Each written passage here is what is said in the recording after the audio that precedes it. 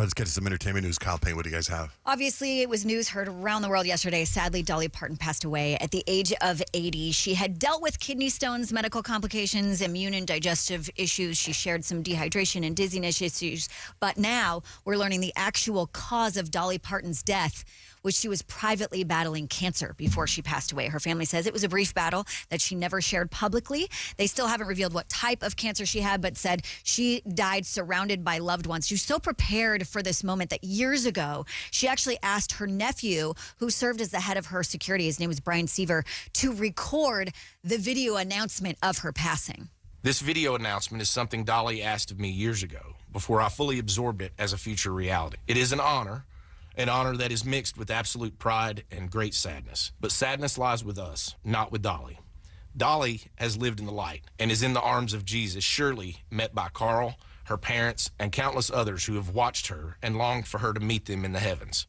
So in one very Dolly detail, he also shared that Dolly had asked to be buried in a beautiful bed of plush cotton because after a lifetime of wearing those heavy rhinestones, she deserved to finally be comfortable. Oh, that's awesome. I know. Now, before her passing, she was actually asked how she would want to be remembered. I want them to think about everything I did. I want them to appreciate all the things that I appreciated getting to do. Of course, I love to write songs, but I also love to sing them. And I like to get out in front of people. So I just want them to remember me. I'm very proud of the Imagination Library. That's one of the things I'm proudest of. But I'm proud of everything that I've been able to accomplish. So I just want to be remembered as Dolly and whatever that entails.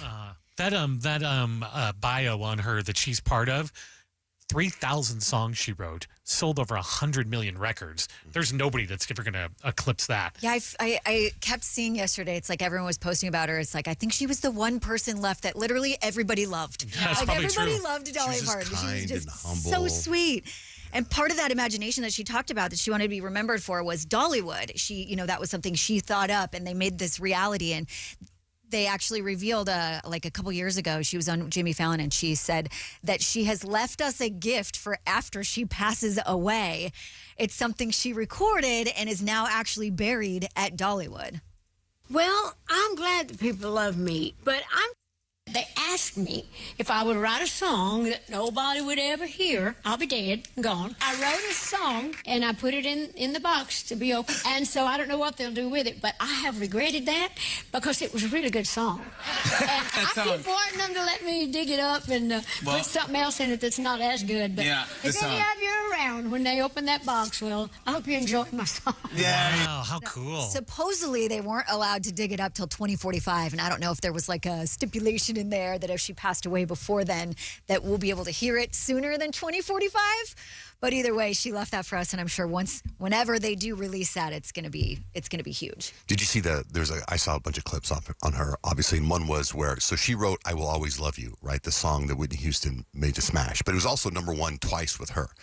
And I guess she wrote it, and at one point, Elvis Presley wanted to record it. And she said, absolutely. So, do you know the story yet? No. Okay, so Elvis Presley, absolutely you can record it. So she's telling all her friends and family that Elvis is going to record I Will Always Love You. And this is like in the 70s. And then she gets a call the night before Elvis is going to record it from Colonel Tom Parker. And Colonel Tom Parker says, hey, Elvis is going to record your song tomorrow. She goes, yeah, I can't wait. He goes, but, everything Elvis does, he gets half, if he didn't write it, he gets half the writing credit. And she's like, oh, I wrote that song. It's already been a #1 song for me. She goes, so I thought Elvis cutting it was just going to be Elvis cutting it. And he's like, no, Elvis gets half the publishing. And she said, I'm sorry, but I'm not going to do that. And freaking, he pulled it. She said, I'm not going to let you do that. And so Elvis didn't record the song. Wow. But when Elvis got a divorce from Priscilla, he sang that song to Priscilla, I Will Always Love You, on the day of their divorce. Wow. Cut to Kevin Costner calls her and says, I want to do a movie with Whitney Houston called The Bodyguard. I want to use your song, I Will Always Love You. Can Whitney record it? And she goes, yes, but I want the publishing. He goes, you can have all the publishing. Whitney doesn't care. She just wants to cut your song. And that song and she made billions off of Whitney's version. Yeah. Isn't that cool? That's amazing. Yeah. That's so special. Actually, I was like doing the deep dive of Dolly Parton yesterday, watching all these interviews of her.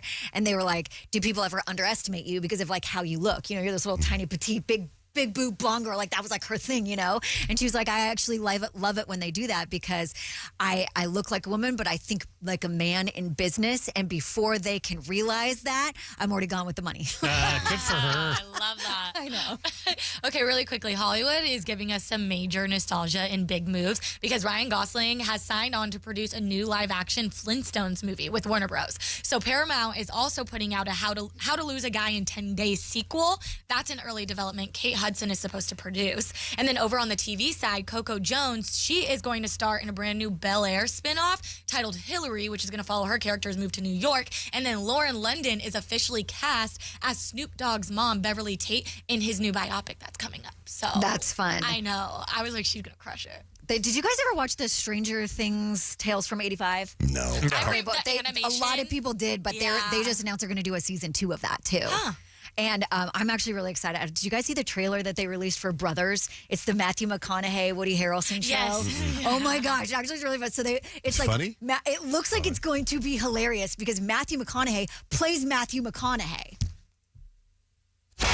Are you really Matthew McConaughey? 'Cause I am. Would you sleep with my girlfriend? No, I will not.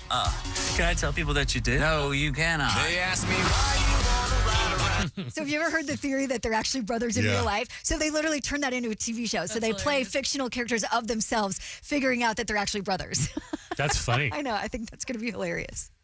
We got Tame Impala tickets. Tame Impala's coming to Mortgage Matchup Center, and to be there, you got to win our game Noise Machine. So we need a contestant at 877-937-1047. Chewy, what's up? You're on the air. Good morning. Good morning. I want to give you guys a big thank you for the tickets to the game last night. My kids loved it. My wife loved it. We all loved it. What a game, too, right? Yay. Right? The whole time we're kind of like, the kids are like, it's cool. We're here, whatever, enjoying dad's time. And then eighth inning, they got into it. My daughter's kind of like, whatever, baseball. Man, she was all into it. Those Diamondbacks It are on was- fire, it right, was- Kyle? Yeah, I like the D-backs are so exciting to watch right now because they're like right behind the Padres. They're this close to getting into the National League playoffs, and all we need to do is Right. get a couple more wins in San Diego. So it's really exciting. And that game, like the walk-off 2-run homer, that's just bananas. So I'm really glad that you were there for that one. Right. And then so my wife was like, at least we got free tickets. It'd be nice. We thought you guys were going to put us up, and no, you guys put us right up there. It was awesome. Damn straight, dog. Yay. Damn straight, I'm so dog. glad you Come guys on had now. fun. Come on, Yeah, man. we kept trying to catch those foul balls. It was like we got the glove. Yeah, there you go. Come prepared. What an experience. I hope you took pictures. Send us pictures, man. Oh, yeah, definitely. I definitely will.